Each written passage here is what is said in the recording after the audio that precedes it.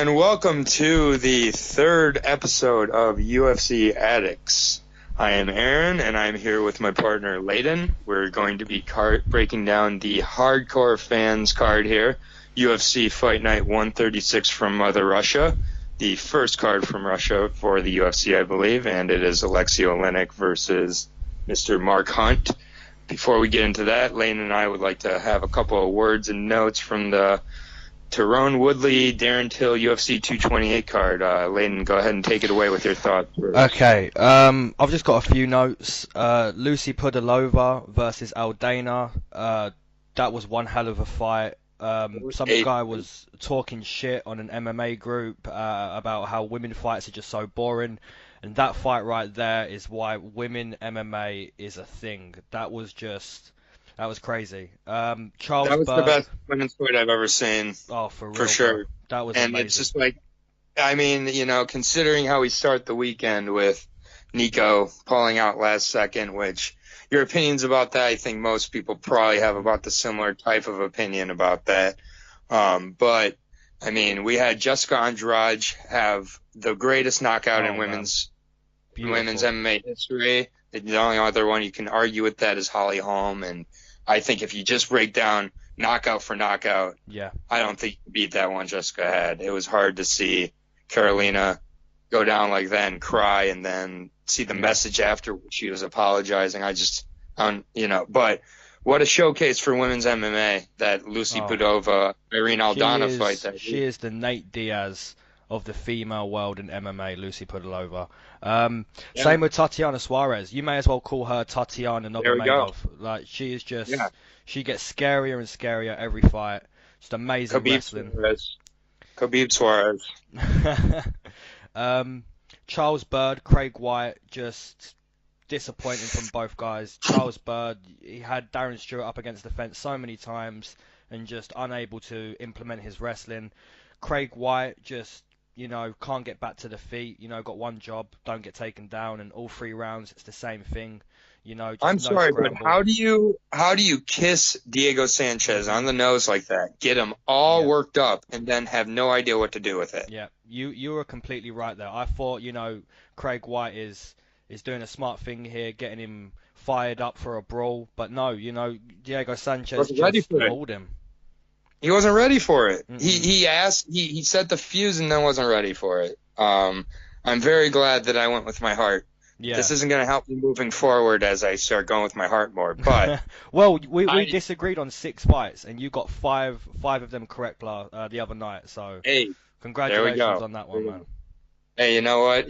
We all have our cards. This card, who knows with this card how many we're really going to be able to even disagree on. I mean, up and down this card, it's a lot of favorites. We finally have a card with some UFC debuts, that's for sure. Yeah. There's plenty of debuts in this card, and I don't know about you, but just before we get into this card, I just have to do whatever the opposite of a shout out is to Dana White. What the fuck, man? You got perhaps the greatest champion in welterweight history, and he looked like someone was fucking his girlfriend or something. And we'll edit it. I'm sorry, that face, he couldn't hide it. And I gotta wonder if he was given the referee instructions, because Mergliata broke up 2 of those clinches in about 2 seconds. For and sure. I mean, unfortunately for Dana, he couldn't make Darren Till throw any strikes. Darren Till, I think, threw 2 strikes in the first round. Yeah, I think that's all he really landed for the whole fight. I mean, when he was coming out, I looked at my friends and I said, this looks just like James Vick a couple weeks ago. Yeah, man, that cut. When he was walking out, he looked terrible. He tried. Did you see when he got into the ring? He tried bouncing around. Yeah, I mentioned that straight away. The energy levels. He was bouncing. I was there in Liverpool, and he was bouncing. He came out the Sweet Caroline, but ain't nobody singing it to him. Everybody in the crowd was like, "Why is he coming out to Sweet Caroline?" Yeah. No one understands that connection. No one. I mean, Stephen Wonderboy Thompson has to just wonder why he had to fight Darren Till in Liverpool, because this was not the same Darren Till. This is now a couple of fights in the last few fight cards where we've seen a guy in his first real big opportunity and just shrivel. Yeah, Just sure. I mean, he looked pale. He looked unenthused. Overall, I don't think Darren Till is exactly a thinker, just judging by his interviews here. But, I mean, I really, and I don't want to spend a whole lot of time on this before we go to the card, but I really, the interview the night before I was listening to, and they talked to him, and he just, I don't know if you listened to it, but he was like, I don't know, this is so crazy. I can't believe this is happening, and it's just like crazy. I can't believe I'm here, and now that I've made weight, I'm so ready. That has got to be the worst impression of a Scouser of all time, but I'm gonna say good job. You get the gist of it, though. Did he not sound like a child? He does. He does. I mean, he sounded like a child. After the fight, he still sounds like a child. I don't know if you heard him. He said Tyron wasn't strong and didn't hit hard enough to knock him out. I did see him answering those elbows a few times, but, a lot of fighters do that where they get hurt and they speak about themselves getting hurt in the fight and say it doesn't hurt, but, he took a lot of punishment.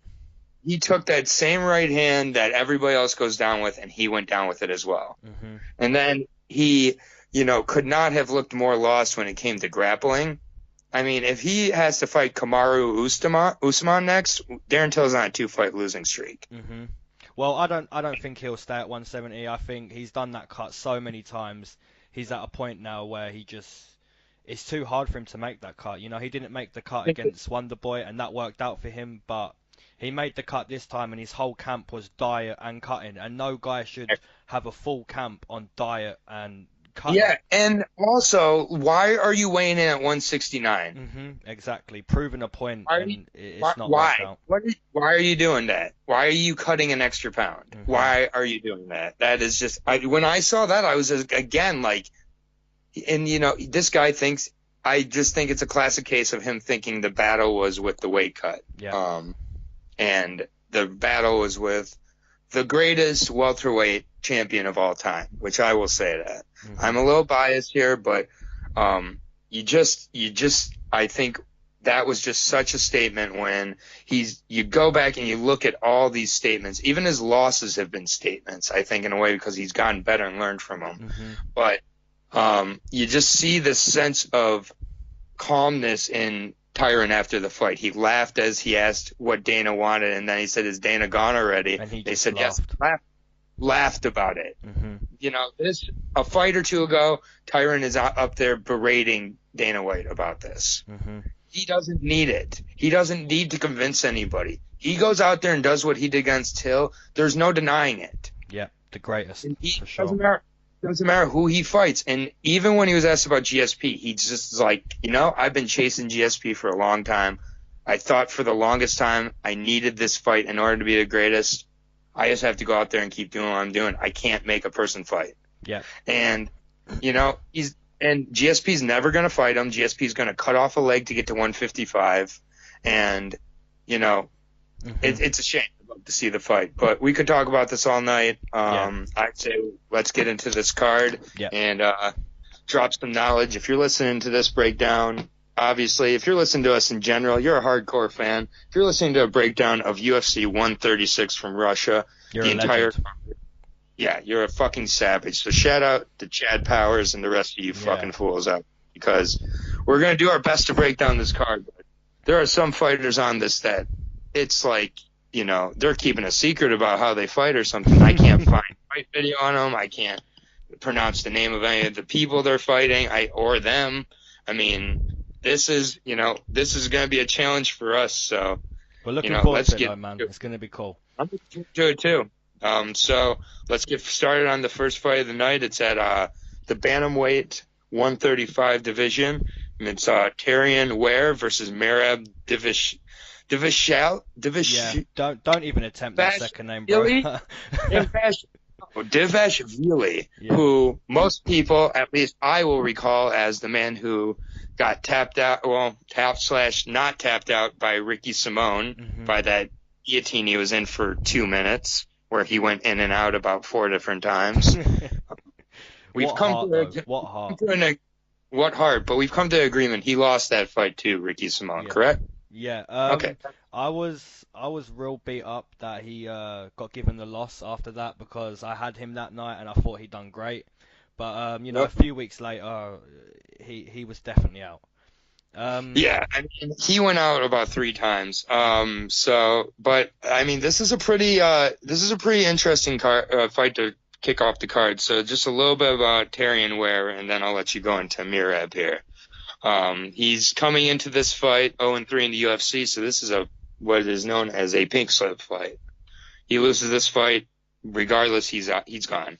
I don't think that you lead off the UFC Russia card and at 0-3 in the UFC and have much of a chance. He's a pretty solid fighter. I believe he has an amateur background in some boxing. He's got some decent wrestling, and 2 of his losses in the UFC have come with some success in them late, but just barely losses. So barely lost to Sugar Sean O'Malley. He actually really started taking over late in that fight. And Cody Stamann, he just lost to barely, which we saw this past weekend get that gnarly knee bar put on him. So who knows when he'll be back. But prior to that fight, Stamann's been, kind of a decision machine. So, and then Tom Duquesnoy, he also lost to. So 3 pretty tough young guys at 135 for Terry and Ware. I think that's why he's getting another chance here. I think this is definitely a close fight with Mareb. And I just think that if Tyrion can keep Mareb from taking him to the ground, he's got somewhat of a chance. But I actually like Mareb's chances in this fight. And, I'm going to take him to get a pretty dominant decision. I don't think he's going to finish him. I think Tyrion's tough, but I got Mareb with a decision here, get back in the win column. Nice. Mareb 7-3 in his pro career. He's 0-2 in the UFC. Losses coming to Frankie Saenz and Ricky Simone. Arguably 2 rounds up against Ricky Simone, heading into the 3rd round. Mareb has strange technique. Standing, his technique is very strange. It's quite reckless. Even when it comes to wrestling, when he gets his opponent down, he's not able to hold his opponent there. His IQ's questionable at times, being so reckless. He's the smaller guy in this fight. He's got the shorter reach, so I'm expecting him to use his wrestling like he has done before. It's a strange fight. It's a close fight, but I'm gonna give Mareb his first win in the UFC. I think his wrestling's gonna take over. I'm looking for a more improved Mareb with his IQ, standing technique-wise. It's a strange fight, man. It's a close fight, but I'm going to give it to Mareb purely down to the wrestling. And I think I agree. Decision win, pretty dominant decision win via wrestling. Okay. Yeah. I think we take a look at our favorite thing here, the fight odds. And Mareb is a pretty solid favorite in this fight. He's minus 556 specifically. But yeah, almost a 600 favorite, coming back with Ware at plus 400. So I don't hate betting on Ware in this fight. Yeah, it's a smart bet, definitely. But I think it being in Russia, Mareb, I know he's not Russian, but he's got to be Eastern European. Mm-hmm. So, I'm sure that he's going to be a little more comfortable over there than Ware. But I mean, this isn't exactly one where I'm like, I think that all 3 guys Ware's fought prior to this are better than Mareb. Yes. He lost all 3 guys, but he had some success for sure. He's had some success. I think definitely he's going to come in very hungry, very aware he needs a win. So, I'm picking Mareb, but I'm not picking him by minus 600 favorite picking him.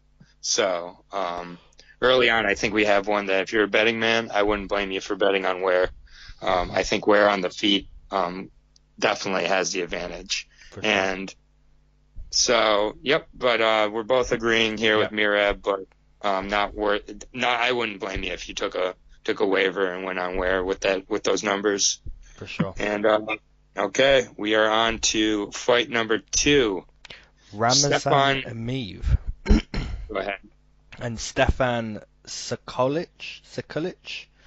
It's a strange name. Ramazan Emeev, originally supposed to fight Claudio Silva on this card. He comes into this fight 17-3 in his pro career, 2-0 in the UFC, wins over Sam Alvey at 185 and Alberto Mina at 170. Originally a middleweight his whole career. He's now fighting at welterweight in the UFC, so this will be his second fight at welterweight. Yeah, I just see Ramazan using his wrestling once again in this fight. Second fight of the night, I think it comes down to wrestling. The more experienced guy, the bigger guy, and I think for him to win the fight, he's going to have to use his wrestling, make it a dirty fight up against the fence. I actually think he can get the submission. He's had a few submission wins in his career. So, yeah, I'm gonna take Ramazan Emeev to dominate in the wrestling fun and get a submission in round number 1. All right. So I have Stefan Sekulic. He's making, or Sekulic, whatever it is. He's Serbian. He's making his UFC debut. His entire career has been fought in the Serbian Fighting League, which I don't follow a whole lot of. Just going through his career here, it looks like he's fought most of his career at 185, but it appears he's kind of a smaller 185. He did fight David Zawada, who just lost to Danny Roberts by split decision, very close split decision, which many people had David Zawada winning, actually. Mm-hmm. I was at that fight, man, and wow, great fight. Yeah, so Stefan, he's fought, I don't know a lot of these other fighters he's fought. He's got a few TKOs and mostly submissions. Honestly, I don't know a lot about either of these fighters. I know a little bit about Ramazan Emeev, just because I know he's a wrestler.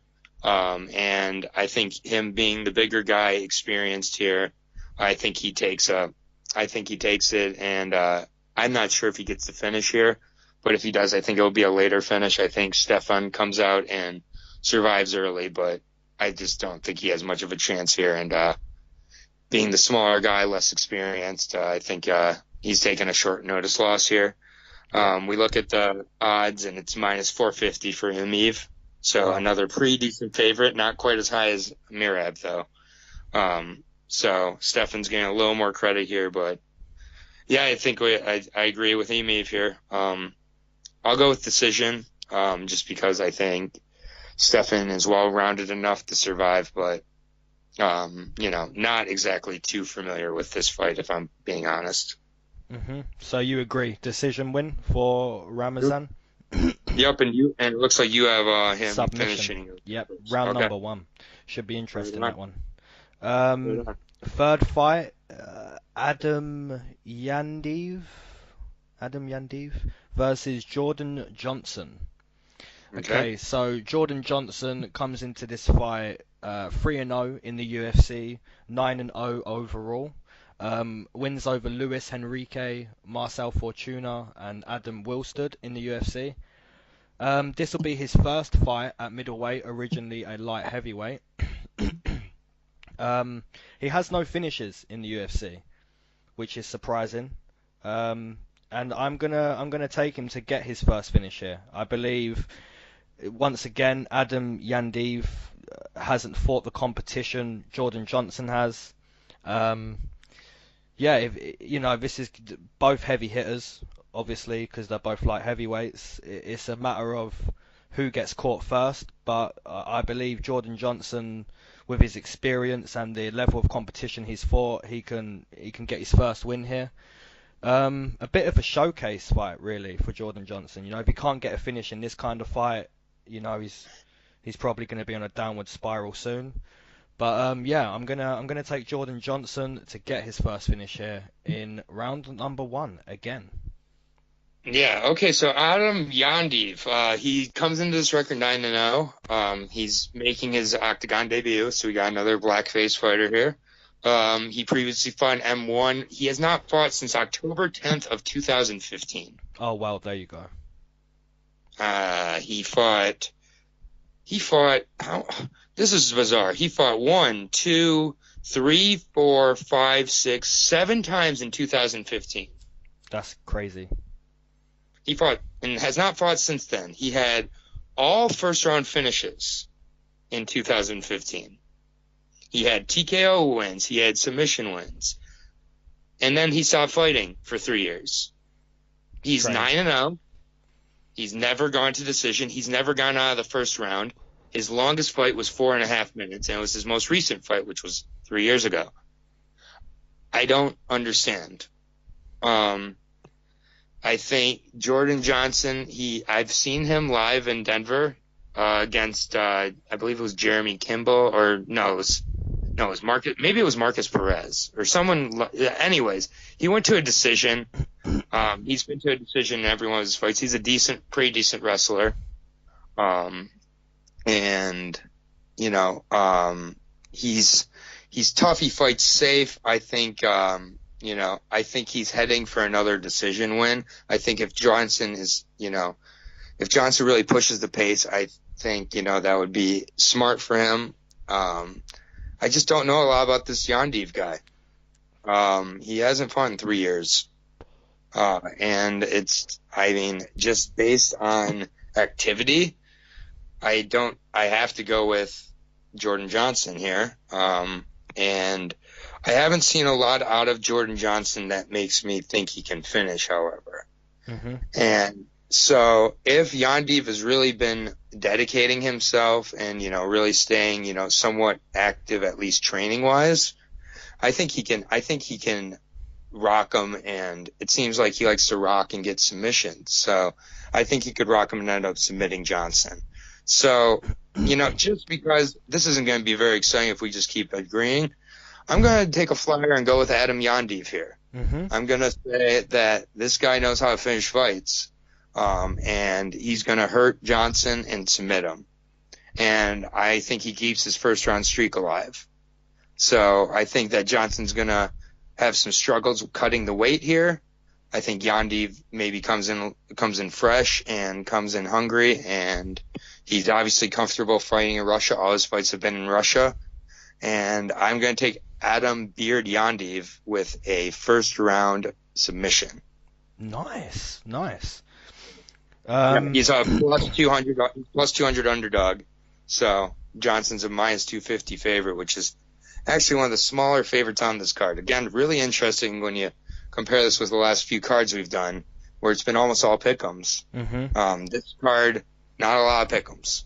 A few later on, but I'm gonna give it a shot here. You know, we got a show we're doing here, and I don't think Jordan Johnson's that impressive. I really don't. Mm-hmm. And I think that cutting all this weight, fighting in Russia against a Russian fighter, yeah, give me Yandiev. Okay, nice. Well, you was talking about us agreeing. I think we're going to disagree again on this one. Magomed Ankalaev versus Marcin Prachnio. I'm not sure how to pronounce that second name, but yeah, Marcin comes into this fight 0-1 in the UFC. His debut against Sam Alves, where he just got viciously knocked out. Completely disregarded Sam's punching power, walked forward a lot, and just walked into a big bomb from Sam and just completely collapsed. Marcin surprisingly closed the favourite that night, so a bit of hype around him for his debut. And I'm assuming he's the underdog in this one, but I wouldn't write him off yet. I'm going to take him in this fight. I think he needs to have a far more well thought out game plan in this one. You know, don't walk forward and disregard these guys' punching power. Magomed in his debut, he looked okay, but yeah, I think if Marcin avoids the takedown and keeps it a strictly standing match, I think he can find some success. You know, granted that he doesn't walk forward and tries to force the finish and disregards Magomed's punching power. Yeah, I'm going to take Marcin. I'm going to call an underdog win here, and I'm going to give Marcin the win via decision. Okay, so yeah, Marcin is certainly the underdog here at plus 350. Wow. Against Magomed. So I think that there's a lot of stock going into Magomed's first fight and how he essentially was dominating, winning it up until the last about 15 seconds when Craig threw up that triangle, and it was one of the fastest taps you're going to see. Yeah. You know, mind you, this is a Russian, so you can never put that past that there was a little bit of fuckery going on that night. No offense, but that was a really fast tap, especially when you're aware there's about 5 seconds left in the round. I mean, he taps so fast, he's going to tap faster. But yeah, he comes into this fight 10-1 in his career. That was his first loss in London to Craig, where he was a massive favorite. You know, you control all the rounds. It's pretty obvious here. It's a striker versus a grappler. And I mean, it just seems like Marcin is just lacks a little technique. And that really starts to show off when you get to this high level where it's just not enough to be tough and hit hard. Mm-hmm. And then he thought that was going to be enough. He thought he was going to be able to walk through Alves. And I think Magomed is going to, you know, put him on the ground, and I think he's going to hurt him. I think he's going to punish him. I think it's going to be a second round ground and pound for Magomed. I think that he gets into the win column here.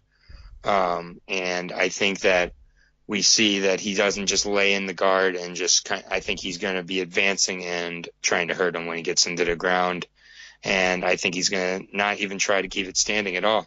I think he takes it down and handles it. Magomed is a minus 450 favorite here. So, the odds definitely working with Magomed here. So, yeah. Decision? We'll see. Yeah. No, I have him second round TKO. Oh, second round TKO. Nice. So ground and pound then. Yep, exactly. I think he's gonna soften him up in the first and end up finishing him in the second. He doesn't pose a lot of submission threats. His only submission was from punches. So 4 submissions and 4 decisions. I think either way, it's gonna be a lot of wrestling and ground and pound. And I'm giving him the finish. So. Got another disagreement here, and now we're on to a fight that we actually know of the contestants in. And I am so excited to see this fighter coming back. Mareb Taisumov is who I'm talking about, and he's fighting Desmond Green. So, and this is at 155, and this is a pretty important fight, actually. Taisumov has been looking to get back into the octagon for over a year now. He's had those visa issues. Just cannot get a fight, and so they're just like, you know what, just put him in Russia. Just put him in Russia, have him fight somebody. Desmond Green, you know, very good fighter with all due respect, but Taisumov is going to be winning this fight. I think that he's had to, his hardest thing has been getting into the fight. He's had to pull out 6 scheduled bouts between visa issues and injury, but when he's in there, man, he looks impressive. 5-1 in the UFC. He's got huge power, both hands, good kicks, good leg kicks, especially. His wrestling is very good. I really think he looks like a contender. He just needs to string some fights together here. But I think that this fight against Desmond Green's had some legal troubles coming into this fight. And it's just, I really have liked how Taisumov has looked, when he's been able to get in there. He hasn't lost, he's 5-1, so he lost his UFC debut to Michel Prazeres, who's like, just a tank. He probably just laid on him and, wrestled him, but since then, it's been all finishes, all by KO. So punches, head kicks, Mareb is finishing fights here, and he's going to finish another one here in the first round. I got a TKO finish over Desmond Green. Nice.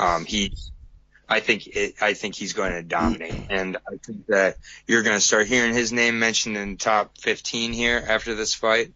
I'd like to see him against somebody like a Bobby Green or someone a little higher up.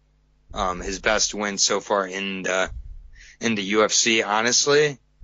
I mean, Damir Hadzanovic is probably his best win. So he's not really fought that great a competition yet in the UFC. I would say Desmond Green actually probably is his toughest fight when I look at this of the UFC. So maybe I'm overconfident here. but I just think that Taisumov, I really like Tiger Muay Thai, his camp, and I'm going to take him by first round TKO.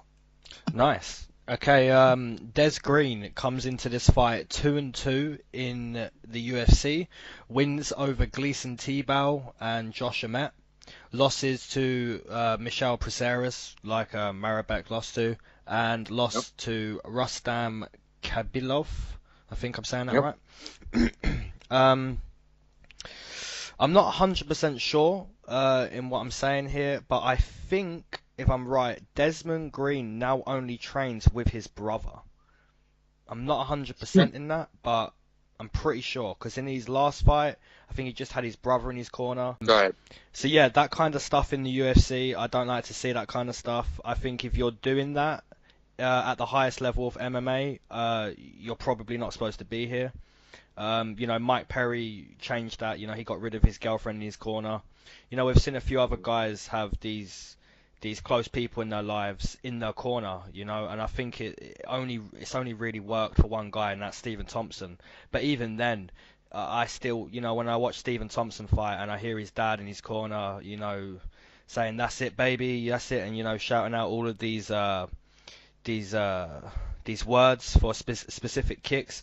It works to a degree, but I just don't like to see that kind of stuff in the UFC. So that being said, if I am right in Desmond Green having just his brother in his corner and training with his brother this whole time since his last fight and still doing that, I just can't take him in this fight. I can't take him against any half decent competition. I took him against Gleison Tibau, and fair play, he got the win that night, but I just don't like to see that kind of stuff in the UFC, and there's no way I can take Des Green here. So I'm gonna give Des Green respect though, and I know Mirebek's a lot of scheduled fights cancelled, ring rust. So I'm gonna give Desmond Green respect, and I'm gonna say this goes to a decision, but I don't think it's a close decision. I think Desmond Green gets whooped for 15 minutes pretty much. Yeah, I think he's pretty outclassed here from a camp and from a fighting perspective. So, yeah, we agree here. Taisumov is a minus 450 favorite. So, this is, basically the same exact odds as the Magomed Marcin fight. So, yeah, they're giving Taisumov, and, yeah, I wouldn't bet against Taisumov here. I really think this is a showcase fight for him. Yeah. So we're moving on to Cajun Johnson versus Rustam Khabilov. And I will talk about Rustam Khabilov, the suplex machine. That's what I always think of him as, at least. So Khabilov, this is going to be his 11th fight in the UFC. He's 8-2. Another guy with a 1-year layoff here. He beat Vince from Hell Pichel. That's the guy who he just kept German suplexing until he punched him in the face and KO'd him. He has a win over Yancy Medeiros, a win over Jorge Masvidal, and Des Green. So it's a pretty solid group of wins there. His wrestling is what got him to the dance. And 6 of his 8 wins in UFC are coming by decision. So your chances of point fighting against Khabilov are not very likely. He knows how to win these decisions. I think he's going to be the bigger, stronger guy. Cajun has to focus on his footwork and his movement and diversity of strikes. If he, gets his back against the cage, Khabilov's going to eat it up all day long. And I just think that he's the bigger, stronger guy. I got Khabilov taking a pretty dominant decision here. I just think that the skills Khabilov has and Cajun does not possess match up for a pretty solid win for Rustam. And the odds show it here. Minus 650 favorite against Cajun Johnson is a plus 450 underdog. There's a reason, I think, for that. I think this matchup couldn't be much worse for Cajun, and he's about to get a second straight loss. Yep. Cajun Johnson, 4-2 in the UFC, underdog in his last 3 fights. 2 of those last 3, he's actually won, so not too bad. In his last fight, he got submitted to Islam Makhachev, I believe. Yep. he got a split win over Stevie Ray in London, where he fought a good game plan, stick and move consistently, using nice leg kicks against Stevie. Yeah, really nice movement that night. And I completely agree with what you're saying. For Cajun Johnson to win this fight, he needs to be moving constantly. His movement needs to be nothing short of brilliant. It may work against Stevie Ray in London, but it probably doesn't work here. You know, like I said, he's going to have to be nothing short of brilliant, and Cajun Johnson is not going to be able to pull that off. I give him a puncher's chance. I literally give him that and that only. Yeah, I've got Rustam round 1 submission. I feel it's going to be a repeat for Cajun Johnson, you know, a complete repeat of his last fight, and I think he gets submitted pretty quickly. Yeah. I just, think that, I think that definitely could happen. It's just Cajun's game is not relying on a puncher's chance. He doesn't exactly have KO power. And he's not exactly the biggest 55er. I don't think he has the body mass to cut to 45. I just think that he's gotten as far as he can in the UFC with what he's got. And he could barely beat a guy like Stevie Ray. I think that's about his ceiling. Yeah. I don't think, and I think this is a tough fight, for him. And I think that I could definitely see a finish or, pretty dominant decision. But, yeah, I'm taking Rustam pretty easily in this one. Yep, I agree. All right. Go ahead and lead off the next fight here. So we have Peter Yan versus Jin Sun Sun. Yeah, I'm gonna break down the easier guy here and leave you with Jin Sun Sun. So sorry for that. Thank you.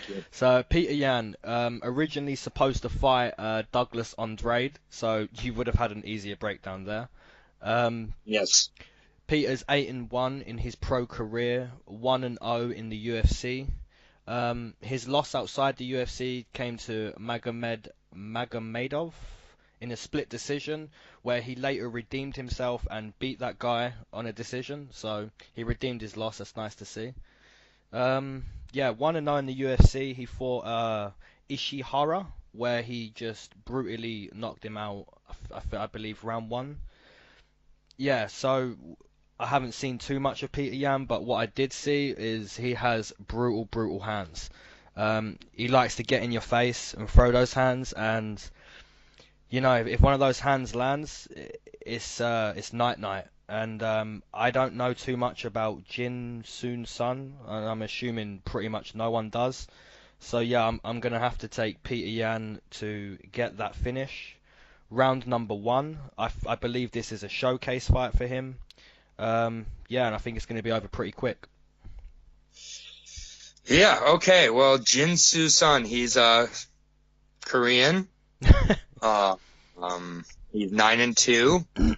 You said you like fighters that can learn from a loss and win. He lost to Toshiaki Kadada by decision and then came back and KO'd him in his most recent fight. There you go. So he does learn from his mistakes, I guess.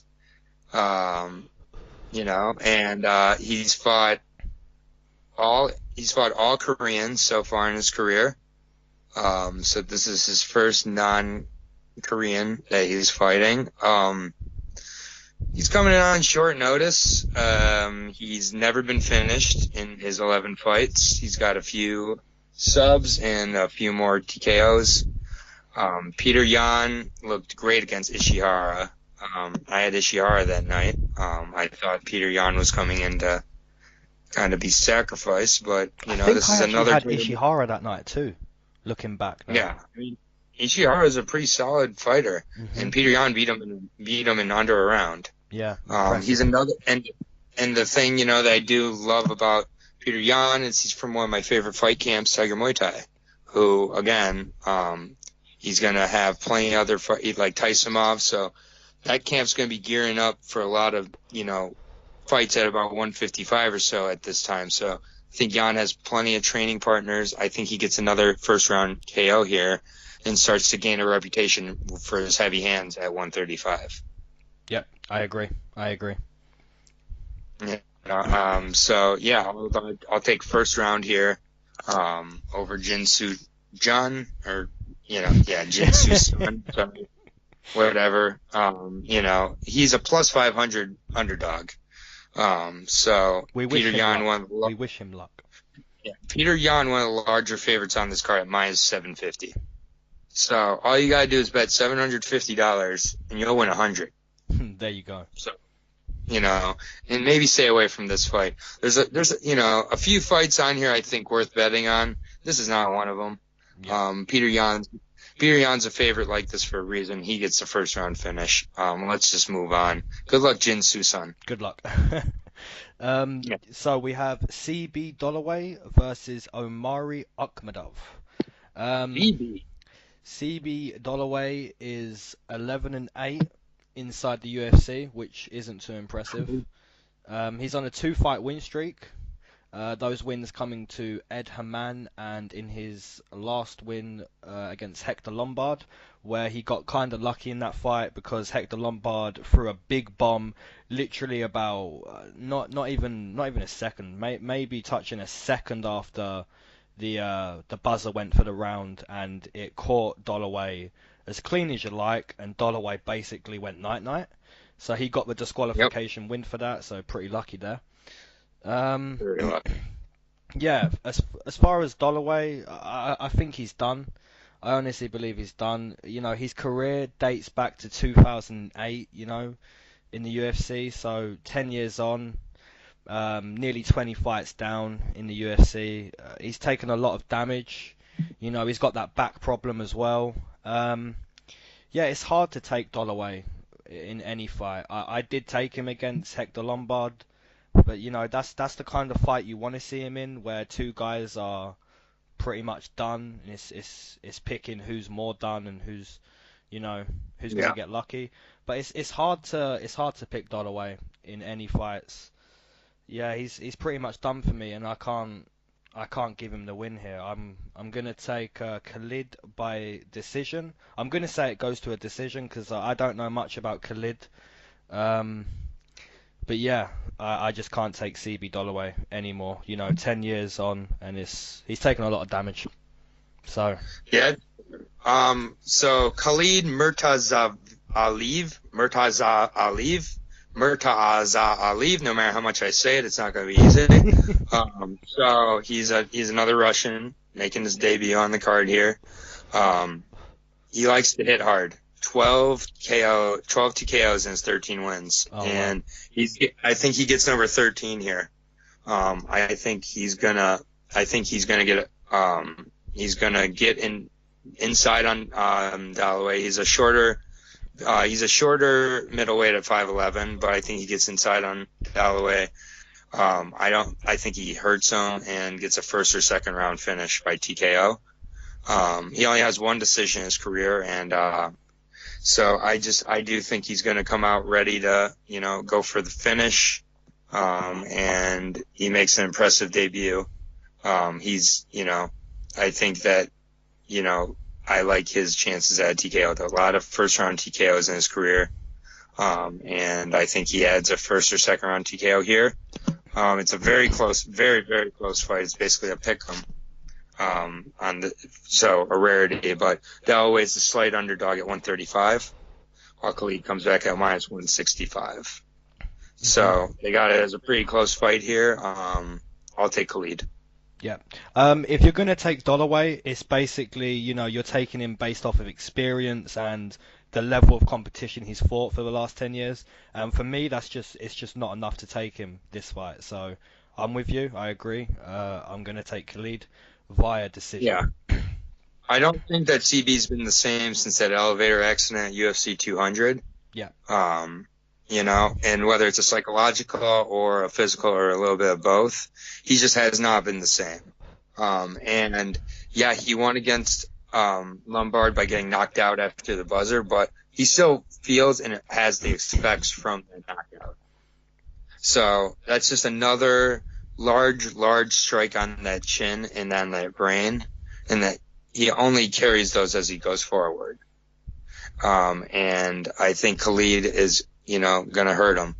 And, he can really establish himself in his UFC debut here against a guy with 20 fights almost in the UFC. So a real veteran and a real chance to, become a mainstay on maybe some of the Eastern European cards moving forward. So, that's I got by finish second round, we'll say. I'll give Holloway the credit and his wrestling to help him for a round. Yeah. But yeah, the Doberman I think is getting closer and closer to that last fight in the UFC. I just, even though he's coming off 2 straight, I don't think they're viewing him as coming off a win. That was a very technically a win, but I think he kind of was looking for a way out, and I 100%. think I've seen in quite a few fights lately him look for ways out, whether in claiming eye pokes or whatnot, or just not quite having the same fight he once had. So, with all due respect, good career for CB, but I think it's getting towards the end, and fighting a guy in his debut with 12 finishes from Russia, I don't like his chances. I think he gets hurt. Yeah, completely agree. Okay, so the next fight we have Alexei Kunchenko versus Thiago Pitbull Alves. I'm going to break down Alves. He comes into this fight 14-9 in the UFC, so he's had a lot of experience inside the UFC. Training out of ATT, American Top Team, so he trains with a lot of decent UFC fighters. His most notable wins in his UFC career coming to Matt Hughes, Josh Koscheck, and Jordan Mean. Now I believe this is a decent fight for Thiago Alves. He's got an opponent here who's not as experienced, but to Kunchenko's credit, he is a champion in M1. So and he's never tasted defeat. So I feel it's still a good fight because Thiago Alves trains with so many beasts at ATT, and he's had so much UFC experience that he can definitely win this fight. In his last fight against Curtis Millender, he closed a favourite, and I took Millender that night, and it was a brutal knockout. Thiago Alves, he ate that knee like a champ, but brutally knocked out. But I think to write him off here against a guy who doesn't train with this many beasts, a guy who hasn't fought the competition Thiago Alves has, I think it would be silly to write him off. So, yeah, if I'm going to take any underdog this whole card, it's going to be Thiago Alves, and I'm going to take him. I'm going to call an underdog win here. If he can, bite down on that mouthpiece and show Alexei, look, this is the UFC. You're with the big dogs now. Welcome to the UFC, and really go for it. I think he can get a decision win. As long as he doesn't eat one of those big knees or get countered to horribly, I think he can definitely win a decision. Yeah. So has Thiago Alves ever shot for a takedown? I couldn't tell you. I don't believe so. Yeah. So I don't think he has. And I don't think he's all of a sudden going to start in this fight. So, with Alexei Kunchenko, he is a stand-up guy. 13 TKOs in his 18 wins, 1 sub. So, they're about the same size. They're both, about 5'10", both about 170. So they're going to be a similar size. One of the things I really appreciate about Kunchenko is that he has defended his title 4 separate times. So he's been a champion for a while. He has a good gas tank. He's gone 5 rounds several times. He's coming off a third round TKO in his last fight. And just overall, he seems like a pretty solid fighter. I just wonder if he's used to a certain level of fighting, and if he's grown accustomed to that, and if there's a reason that at 34 he continued to avoid coming over to UFC until now, or if it was just a matter of his job and his career was going well enough. I think that I'm just not sure, how much Alves has left. Another guy, I'm just not sure how much he has left.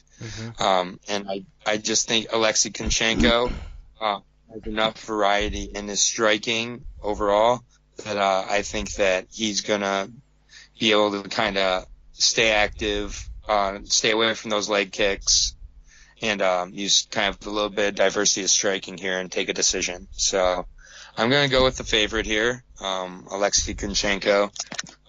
He currently is a minus 500 favorite. Wow, so, that is Thiago's impressive. Pretty sizable underdog. Yeah, I'll definitely be getting all over that, for sure. Yeah, so, I mean, it'd be great to see Thiago have, a little bit of a vintage performance, but I'm just not so sure. And I do like when champions who've defended their belt come over to UFC. I think there's something about winning a championship in a smaller organization. It's another thing to defend it. And M1 is not, is one of the bigger organizations outside the UFC. So, I'll take Lexi.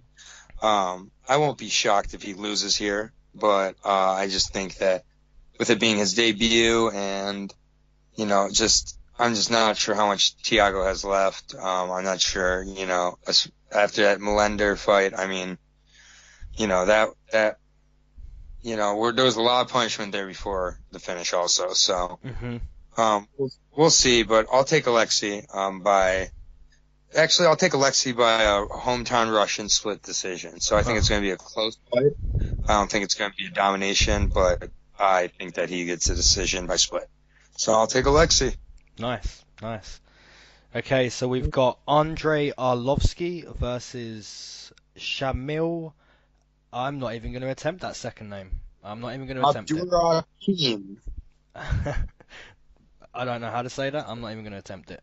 Shamil comes into this fight 3-2 in the UFC. Wins over Anthony Hamilton, Walt Harris, and Chase Sherman. Losses to Timothy Johnson and Derek Lewis. Both those losses come into ground and pound. So in this fight, I'm assuming he's not going to want to grapple with Arlovski. I feel Shamil's game plan for this one is simply going to be, I'm going to catch you. And if you're going into a fight with Arlovski just trying to catch him, it's probably not going to work unless you're like Francis Ngannou. Because in Arlovski's last fight against Tai, he looks so good. I know he's lost a few recently, but he kind of exposed Tai a little bit in that fight. A lot of people had Arlovski winning that split decision. And I just think recently he's looked so good. So yeah, I don't believe Shamil's going to come in and bulldoze Arlovski. That being said, Arlovski is quite old now, so if that does happen, I'm going to look a little bit silly. But yeah, I just think Shamil, he's going to try come in and knock out Arlovski, and I think if he doesn't find that knockout in the first few minutes, he's going to realise I'm facing a high caliber heavyweight here. So yeah, it's going to be a close fight for both guys. But I'm gonna give the edge to Andrei Arlovski here. I just think he looks reborn recently. He's got a fire in him, and he looks good, man. He looks really good. And I'm gonna take him a decision. Yeah, I definitely, I'm familiar with Andrei Arlovski. He's, going way back. He's a former UFC heavyweight champion back in the day when he beat Tim Sylvia for the belt. He's got a professional record of 27-16, 6-6 in the UFC, and 5 of those 6 losses came in a row during that time where he just really looked like he was all done. But you mentioned this performance against Tai. He looked really good in that fight, and Tai is a much more dangerous opponent than Shamil. For sure. Honestly, I haven't seen a whole lot of Shamil that's impressed me in this career. He just seems like kind of a fat heavyweight. Who he can kind of wrestle. He kind of has a little bit of boxing, but nothing to write home about really. And I think that with how Arlovski looked against Tai, I think he's going to look that much better here. And it's against a much less dangerous opponent. Yeah, Arlovski has wins over Struve, everybody has a win over Struve. God, it just kills me. Albini, and a few others. And I just think right here, I don't think Arlovski loses to Shamil. I just don't see it. I think Shamil's going to try to just take him down and lay on him. And I think Arlovski's going to be able to move and avoid the takedown and beat him up. I'm not sure if he gets a decision or a finish. I think I'd lean towards a decision. Looking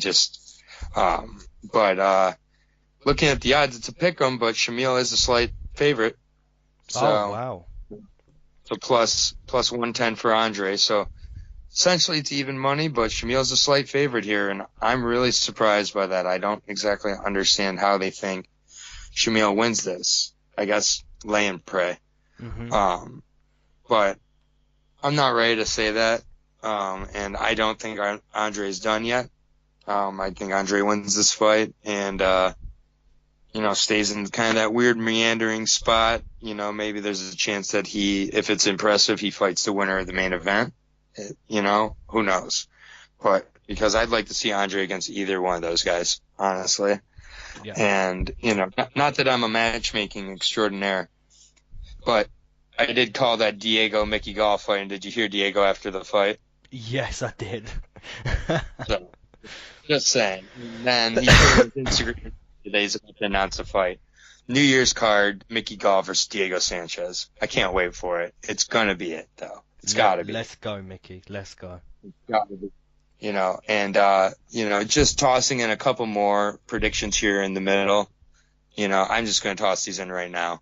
I think JJ will be fighting Valentina Shevchenko for the 125 belt. Yep, I think that's the fight. I said it right after Dana said that they're thinking of someone and quickly said it's not Caitlin Chikani again. So I think that JJ versus Valentina is going to be announced also. So, and then Mickey Gall and Diego, probably on that same New Year's card. And I think it'd be pretty cool if the New Year's card was headlined by two women's fights. That would be pretty dope. Especially with two of the biggest women's fights in the history of the division of women's fighting. Mm-hmm. JJ versus Valentina for the 125 and Nunes versus Cyborg for the 145 are two of the biggest fights possible. And let's just throw Lucy Pudilova on there, man. Let's just get her back. Yeah. What a tank. If she can recover by then. Oh, if man, she can she's recover down. I feel it. Yeah. Get her on that card. Get Lucy Diaz on that card. But anyways, back to this card, not to, poo-poo it or anything, but yeah, we both have Andre Arlovski here. By decision. So, yeah, by decision. I think Andre could also finish him. He can, because he looked, some of those shots, that tie 8, wow, man, guys would have got knocked out from that shit. Guys fighting in a main event coming up. Mm-hmm. Who have you got in that fight, JD? Actually, no. Let's not even talk about it now. Let's not even talk about it.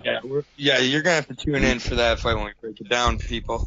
But I think it's gonna be a hell of a fight. I'll say that much.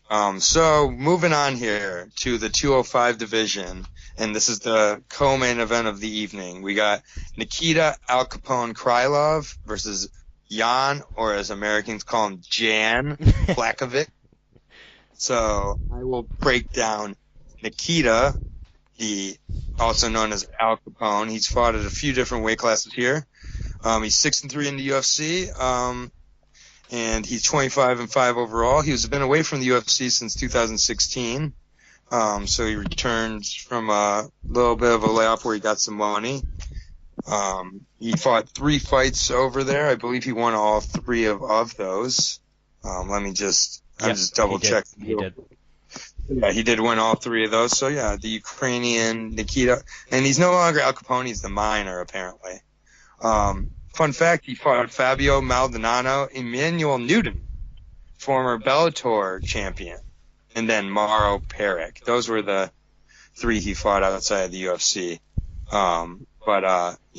So he's fought some decent competition. He KO'd Emmanuel Newton brutally in 45 seconds. And then he also KO'd Fabio Maldonado, which is not easy. So he KO'd him in May. So, a little bit more about Nikita. He's he's just a very well-rounded fighter. Has a lot of different weapons. He's got almost equal amount of finishes by TKO and sub. He's never gone to decision. So he loses by TKO or sub, or he wins by TKO or sub. And I don't see him having too much trouble in this fight, to be honest with you. I think that Jan is kind of, standard, generic, decent 205er, nothing special. And I think Nikita is more special, has more dynamic skills, and I think is just going to be the quicker fighter here, and I think he's going to piece up Jan and get a second round finish. Okay. KO. Okay, so Jan comes into this fight, or as normal people would say, Jan, comes into this fight 5-4 in the UFC, which isn't a good record. But he's on a 3-fight win streak. So before that he was 2-4, so it's looking better now. Where's wins over? He's got wins over Jimmy Manoa recently, Jared Cannonier, and not bad. I'm not sure who else. I'm not too sure. Okay. But those aren't bad. So. Yeah, he's looked impressive, man. He was the underdog against Jimmy. He lost to Jimmy as well, which bit of a weird fact. Jan lost in Poland to Jimmy, but went to Jimmy's backyard in London and beat him there. So there's got to be a third fight somewhere down the line. Yep. Yeah, I think this is a winnable fight for Jan. I've been impressed recently by him. I think he's got good point fighting. I think he makes the fight dirty when he needs to. And yeah, like you said with Nikita, like with the 2-year layoff, yeah, I think this is a very winnable fight. I think he needs to make it a dirty fight. I think he needs to make Nikita think, oh damn, I'm back. Show him this is the level that you've been missing for the last 2 years. Yeah, probably the underdog, but it's an underdog I'm willing to take here because I've been impressed recently. Especially against Jimmy Manoa, he looked great. So, yeah, huge win. Winnable fight, and I think if he wins this, he's nearly gonna get a title shot. He's ranked number 4 light heavyweight. Yeah, looking good recently, and very winnable fight. So how do you have him winning? I'm gonna take a decision. I think Jan's gonna make it dirty. He's gonna point fight and wrestle when he needs to, and yeah, decision. Probably a very close one. Okay, so you think he has the skills to take? I just think Krylov, while he hasn't been in the UFC, Emmanuel Newton and Fabio Maldonado are, I would say, UFC caliber fighters. They're not up to the level of Jan at all, or Jan if you want to be normal. But I really just think that that Krylov, I think he's a real prospect at 205. I think he's been a real prospect. I think moving forward it would be much more exciting if he were to win. I think there's a lot of exciting matchups towards the top here. I'd love to see Krylov against Anthony Smith. I'd love to see Krylov, against some of these other strikers. So, but Jan, I gotta admit, I'm underrating him a little bit. I didn't know he was even on a 3-fight winning streak right now. Yeah, he's turned things around recently, man. So, he doesn't blow the doors off, but he wins these fights. And so, it's a straight pick'em. So, we disagree here, and I think that's completely reasonable in a fight like this. And so, yeah, I got Krylov. I think he's going to keep that non-decision streak in line here and get a second or third round TKO over Jan Blachowicz. Nice. Or Blachowicz. And you have a decision? I've got a decision, and most likely a very close one. All right. Yeah, I think it's definitely a close fight. I'm very excited. And it has some pretty important implications for that division. Doesn't take a lot of wins strung together at 205 in order to be a factor. So now we are on to the main event of the evening. We have Mark Hunt versus Alexei Oleinik. We have two dirty old men here, and the best word, these guys are dirty and they're veterans, and this is like pride-style matchmaking here. You got the grappler, you've got the striker. And if I have to tell you which one is which, you probably haven't been listening this far into the podcast. Or haven't been watching MMA too long. Right, and if so, well, welcome, and we're glad you chose our podcast to help educate yourself on this beautiful sport. A little bit about Mr. Mark Hunt. 13-12 pro career, so, you're never judging Mark Hunt on his career. He started out, he started out like 2-6 or something, because he was just fighting everybody. Mm-hmm. Like, he would fight like Fedor and Krokop and just madness. K1 champion, fights on his feet. He's 8-6 in the UFC. So, this is going to be his 15th fight in the UFC. He's, I believe, 46 years old as well, has had quite a few injuries as well. And he had a 6-fight losing streak from 2006 to 2010. So he's made amends for that. But this is a tough fight to call, really. I think that if Hunt hurts him once, Oleinik's going to quit. Mm-hmm. Oleinik's shown before when he gets hurt. Well, I think if Hunt can hurt him or frustrate his takedowns and stop several of them, and Oleinik realizes he can't take him down, Oleinik will quit. And I think if that's the case, I don't think we're looking at this fight going over 2 rounds either way. Right. I think either Hunt's going to make him quit and knock him out, or Oleinik ends up, doing some dirty-ass submission. What does he have, 48 submissions in his career or something? Out of 56 wins, he has a whopping 44 submission wins. Just absurd. And he has, 3 or 4 Ezekiel chokes? 2 inside the UFC and 7 outside of the UFC. So he's pulled it off 9 times in his career. Oh my God. They need to rename that the Oleinik choke. Yeah, for real. I could easily see him getting Mark Hunt in that. I just can't imagine Mark Hunt exactly trains a lot on how to avoid the Ezekiel choke. Although, going into this fight, he has to, have a good idea of what he's in for. But, the other thing is, while Hunt doesn't have the biggest set of skills, he doesn't get subbed, a whole lot. I mean, he really doesn't. I mean, never mind. What am I talking about? He does get subbed. 6 subs in his, 12 losses. He hasn't gotten subbed, though, since... Yeah, it's been a while, I think. Yeah, he hasn't gotten... That's how he would lose, all of his fights early on. That's how he was losing. So, he lost his debut by armbar. Then he got Kimura'd by Josh Barnett in Pride. He got Kimura'd by Fedor Emelianenko. He got Kimura'd by Alistair Overeem. Mm-hmm. So, all these submissions, he hasn't been submitted since 2010. Yeah. So, since then, he's pretty much been on tear. He has been stopped a couple times, one by that spinning head kick by JDS, another knee by Verdum, and then a TKO by Stipe. Yeah. And that TKO by Stipe came late. And then he also had a pretty brutal KO against Alistair Overeem a few fights. Yep. However, Oleinik isn't going to KO you.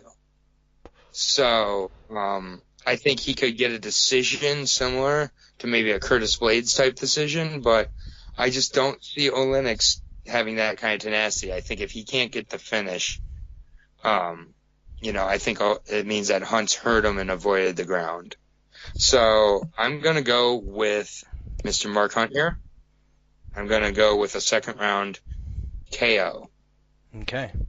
Walk away. I don't know why, but I'm so excited to break down this fight because looking at Alexei Oleinik's stats, I don't know how people aren't speaking about this guy. Comes into this fight with a career record of 56 wins, 11 losses. He's 5-2 in the UFC. Like I said earlier, 44 of those 56 wins have come by submission, which is, I know we talk about these ground guys like Brian Ortega, Tony Ferguson, Habib, he hasn't got the jiu-jitsu, but, no one's speaking about Alexei Oleinik because to win 44 fights out of 56 via submission, you are a different kind of beast on the floor. Like, that is just insane. Two Ezekiel chokes inside the UFC, the only guy to ever pull it off in the UFC, I believe, and he did it twice. 7 times outside the UFC, so he's pulled that choke off 9 times. Like you said, we should name that choke after him, literally. Wins in the UFC over Anthony Hamilton, Jared Rashol, Victor Pesta, and Travis Brown, and Junior Albini, where he got that Ezekiel choke. It's very obvious for Alexei Oleinik to win this fight. He's gonna want to take it to the ground. I think his fight IQ is brilliant. He doesn't try to stand with these guys too much. Against Travis Brown, he took some shots and he gave some shots back. He actually hurt Travis Brown on the feet, and still managed to get that grapple exchange and take it to the floor. He lost to Curtis Blades, but we know how much of a savage Curtis Blades is. That being said, we know how much of a savage Mark Hunt is. So, having that loss and getting beat up the way he did, you're not going to want to do that here. You're gonna want to try harder for the takedown. But Curtis Blades, amazing wrestling, and his stand-up is savage. Mark Hunt, stand-up, savage, but as soon as you get in the clinch with Mark Hunt, you're kind of taking him out of his world. Even that fight, Mark Hunt against Curtis Blades, I expected Curtis Blades to fight on the feet until he was hurt, and then make it a wrestling match, and that's exactly what happened. Mark Hunt hurt Curtis Blades so bad on the feet, and he was still able to get that single leg and take the fight right to the floor. So, it is literally a question of, can Alexei Oleinik get this fight to where he needs to get it to before he gets hurt? Same thing with Tyron Woodley recently with Darren Till. Can he make it a wrestling match before Darren Till hurts him? And it's the same thing right here. Grappler versus striker. Can Alexei Oleinik make this a wrestling match, get the fight to the floor before Mark Hunt does what Mark Hunt's going to do? I'm amazed by the odds. I really am. Alexei Oleinik is, I believe, a big underdog. It's not a huge underdog, but he's a plus 200 underdog. Okay, so that's not too bad. That's not too bad. But yes, I'm jumping over those odds all day because, it's in Russia. You're getting your main event. You've pulled off 44 submissions in 56, and to be honest, like you said, it's been 8 years since Mark Hunt was subbed, and I think he's due another sub loss. So I'm gonna take Alexei Oleinik to not get smashed in the face by Mark Hunt, to get the fight to the floor, and to sub Mark Hunt. Round number 2. So we've both got it ended same round, just differently. Yep. Yeah, it's a fun fight, man. It really is. Just looking at Alexei Oleinik's stats, they're just. I think we should all really be speaking about this old man for a reason. Signed in the UFC at like 37. There's a reason for it. This guy's grappling and ground game is brilliant. So I'm gonna take him to sub Mark Hunt. Cool. All right. And that, so let's just, we'll go back over the card here real quick, give our thoughts on, overall the card, and we'll pick a fight of the night and everything, and then we'll be signing off from here. So starting at the top of the card here, we got Ware versus Mareb Divishvili, and, we both agree with decision. Mareb. Yep, Mareb decision, although if I'm betting, I'm considering putting some money on Ware at plus 400. Great plus. You know what Mareb can do and how he's going to try to win, and he's got heart. I question his technique a little bit, so we'll see on that. For the second fight of the night at I believe this is 155 or one. Is it 155? 170. 170. Stefan Sekulic versus Ramazan Emeev versus Sekulic. Right, Stefan Sekulic. Right. Oh, I just said shit. No, it's all right. My fault. We both have Emeev. I have him by decision. Yep, I've got round 1 submission. Okay. Next fight's at 185, Jordan Johnson versus Adam Yandiev. Yep. We disagree on this one. I have Adam Yandiev with a second round finish. Yep, I've got Jordan Johnson, round 1, TKO for his first finish inside the UFC. Okay. That's all right. We're on to Marcin Prachnio versus Magomed Ankaleav. And this is at 205. I have Magomed Ankaleav by decision. Yep, I've got Marcin by decision. Okay. So we disagree again on there. You're taking the underdog. Yep. Next fight at 155, Mareb Taisumov versus Desmond Green. I have Mareb Taisumov by a second round TKO. Yep, I've got Mareb by decision, just through ring rust. Okay.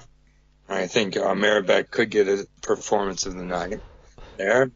Rustamov Khabilov versus Cajun Johnson. You both have Rustamov. I have Rustamov by decision. Yep, I've got Khabilov by submission, round number 1. Okay. All right. Yeah, I think he could hurt him and then finish him too. I agree. Peter Yan versus Jin Soo Sun. We both have Peter Yan by first round KO. Yep, first round KO, and we both agree. Good luck, Jin Soo Sun. Yeah, good luck, son. Next fight is at. Is this at 205 or 185? 185. Okay, 185. We got CB Dolloway versus Khalid Murtazaliyev, and I have Khalid Murtazaliyev getting a first round KO and sending CB packing. Yep, I've got Khalid by decision. Okay. All right. Next we have Alexei Kunchenko, the former M1 champion, versus Thiago Pitbull Alves. I have Alexei Kunchenko by decision. Yep, I've got Thiago Alves by decision. Okay, and I am gonna say that's my fight of the night. I'm gonna agree with you. I'm gonna agree with you on this card. That's gonna be a savage fight. Yeah, I think it's gonna be a showcase. I don't think we're gonna see a lot of double leg takedowns or ground and pound or anything like that. I think it's gonna be on the feet. Great matchup against two guys with experience. Obviously Alexei's debut, but at 34 he has a lot of experience in M1 and with fighting in Russia and whatnot. So I like this to be the fight of the night. I think it's gonna be a good one. Mm-hmm. Next we have at heavyweight Andre Pitbull Arlovski, another Pitbull, against Shamil Abdurakhim. I don't know how you say that. Okay, yeah, okay. Yeah, I've got Arlovski decision. And it's Abdurakhimov. I left the OV off. Sorry, that was cut off of my page. But it's Abdurakhimov, and I have Arlovski as well. Going by decision here, maybe even a TKO in the second or third. Yep. Then we have Jan Blachowicz versus Nikita Krylov. This is another one that really, really close fight. And the more I really look at these two, the more I want, this is when I want to pick Janin. My brain wants to, but I really want to see Nikita win. I want to see him fight some of these guys up there. I really want to see a dynamic guy up at 205. And to me, Nikita's a more dynamic, athletic fighter. May not be the better fighter, but I'm going to take Nikita. And I'm going to take him to keep his decisionless streak going and get a TKO or sub within the first 2 rounds. Nice. Yep, I've got Jan Blachowicz to continue his streak, get his 4th win in a row, and to soon be a contender for the 205 strap. And I've got him winning by decision.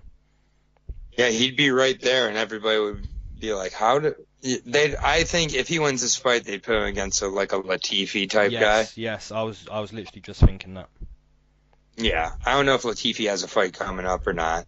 I don't believe so. Yeah, if not, I think that the UFC doesn't want a Latifi and a Jan Blachowicz being at the top, but they're fine with one of those guys making their way towards the top, I think. Mm-hmm. Yeah. I don't think either one is the most exciting, especially not Jan. But exciting doesn't mean effective. So, exciting and effective are two different things. So, yeah, we disagree here, but this is one I may look back at afterwards and kind of regret I didn't see coming. And then we got the main event here, heavyweight fight between Mark Hunt and Alexei Oleinik. We disagree again. I've got Mark Hunt getting a TKO or KO within the first 3 rounds. I don't know when, but I think he catches him, and I think Oleinik looks for a way out or goes out. Could be a walkaway KO, but I like Hunt in this fight. I think he's going to avoid getting pulled into guard. I don't think Oleinik has the wrestling. This is the 5th fight we disagree on, so we disagree on 5 fights for this card. I've got Oleinik winning by submission in round number 2. Not super confident. If you get hit by Mark Hunt, you're most likely going to go night-night. So, yeah, I'm basically betting on him to avoid getting hit, because if he avoids that, then he probably wins. So, yeah, I'm going to take him not to get countered and to get the submission, round number 2. Great. All right, yeah, so overall, I think that you look at this fight card, and without looking into it, you think, finally, kind of a down fight card. But these matchups are pretty exceptional when you really break them down and realize that why they were made and how they can really produce some good fights here. And the thing is that we have a lot of newcomers on this card, so that's a lot of new potential contenders. We didn't know who Peter Yan was 2 fights ago. And then he comes out to Ishihara, which neither one of us picked him in, and beats Ishihara in 3 minutes. So, and now all of a sudden he's a minus 750 favorite in his next fight, and all of a sudden we could be looking at a new contender at 135 after just 2 fights. So, I really like a lot of the fights on this card. Obviously really excited to see Mareb Taisumov again, and there's a few other fights, but overall, looking forward to this card just like every other card. And the best fight from that exceptional card last weekend was the second fight between 2 relative unknowns at strawweight. So, and that was a great card. It's not like sometimes you get a fight of the night early on, and it's because there's not a lot of great cards and great fights on the card, and it's just like, well, this was a close fight, and that wasn't the case with 228. There were plenty of fights to choose from for fight of the night, performance of the night, speech of the night, and for Lucy Padova and Irene Aldana to win the 2 of the awards is incredible. Amazing fight. And again, I'll say this every podcast, but this is why you watch the whole fight. This is why you watch the whole card. You've got him, man. You don't know when you're going to see the greatest fight of all time. We don't know. We could be talking about this fight. We could be talking about Adam Yandiev on our next fight card and being like, man, I can't believe he took 3 years off. He looked incredible. I can't wait to see who he fight. We don't know till we see it. Yeah. So I'm excited to, go into this fight. I get this breakdown maybe wasn't the most technical, but at the same point, just looking at who they're fighting, how they fight, and how they're going to fight against who they're fighting against, you can put together somewhat of a logical, idea of how the fights are going to go. So I'm pumped for this card, man. Just like every card, I don't think that you're going to have me come on to too many of these, finish talking about these, and say I'm not excited about the card. There's every card's worth getting. Man. We just love it. Every single card, no matter where it is. And are you going to be in California or back in the East Coast for this one? Yeah, I'm going to be watching from bright and sunny California. Okay. I'm going to be out in San Diego for this, so I'm going to be getting up at about 6 a.m. 10 a.m. No, 6 a.m. Yeah, 6 a.m. Main card. Okay, well, yeah, so that will be fun. Yeah, enjoy that one. I get to finally experience, usually it's the China cards that I get to wake up at like 2 a.m. for. But, just like any other card, I will be watching it. And we will be back next. Is there a fight card next week? Yes, we have. We're back in Brazil. Thiago Santos against Jimmy Manuwa. That's right. So yeah, we will be back here next week with another breakdown of that card, and hopefully, we have plenty to talk about, as we do a little recap of the Russia card. But yeah, overall, I'm loving this, loving doing this, and appreciate everybody who's listened and commented. We're not going anywhere, so we aren't missing a card.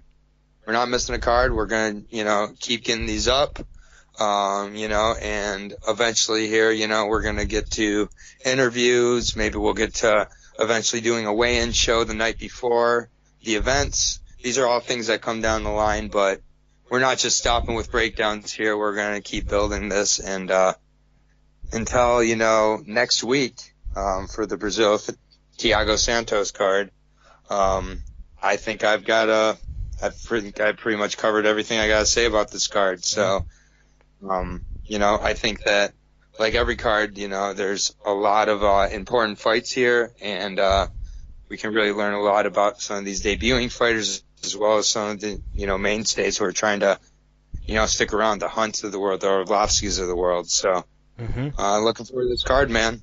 Yeah, appreciate you guys. Make sure you hit the like button, subscribe, and leave your picks down below. Comment with your picks. Comment with any sort of improvements that you'd like out of the show, or anything like that. But we're always open to suggestions here, and appreciate you. So until next time, Leyton, I am out. Yes, and one last thing before I sign off. I'm going to leave the time lapses of each fight in the description from now on. So if you feel like you don't want to listen to a couple fights, you can easily skip to the fights you need to hear. So yeah, peace out, guys, and thanks a lot. All right, peace out.